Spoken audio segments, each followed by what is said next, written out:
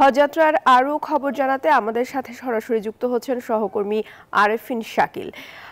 শাকিল, যারা ভিসা পাননি তাদের বিষয়ে সবশেষ তথ্য কি রয়েছে এবং এখন পর্যন্ত কয়টি ফ্লাইট ঢাকা ছেড়েছে?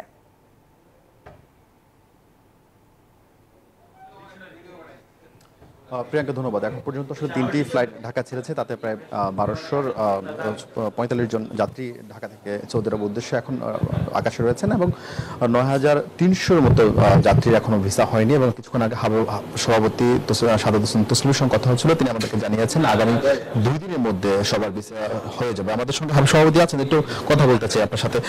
বলা হচ্ছে প্রায় 9300 যাত্রীর এখনো ভিসা হয়নি, এর কারণটা আসলে কেন?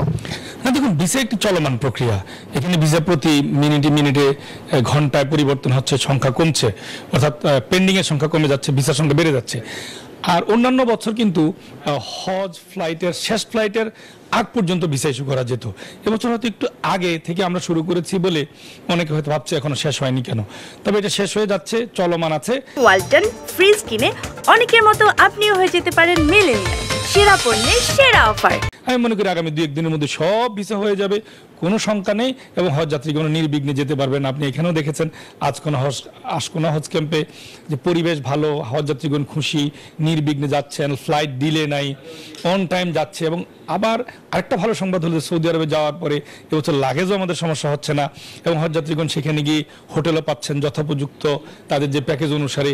সো এই পক্ষে এবং ওই পক্ষে সব দিকেই, দুই দিকে আমাদের ভালোই চলছে এখন পর্যন্ত। ধন্যবাদ। প্রিয়াঙ্কা, কিছুক্ষণের মধ্যে হজ অফিসের পরিচালক তিনি কথা বলবেন এবং সেখানে সৌদি আরবের হজ পরবর্তী সরকারের পরিকল্পনায় সেই সঙ্গে যাত্রীদের নিরাপত্তার বিষয় সব মিলিয়ে আমরা কিছুক্ষণ পর তার সঙ্গে কথা বলবো। সেই খবর নিঃসন্দেহে পরের সংবাদ আপনাদেরকে জানাবো। প্রিয়াঙ্কা। শাকিল, ধন্যবাদ আপনাকে।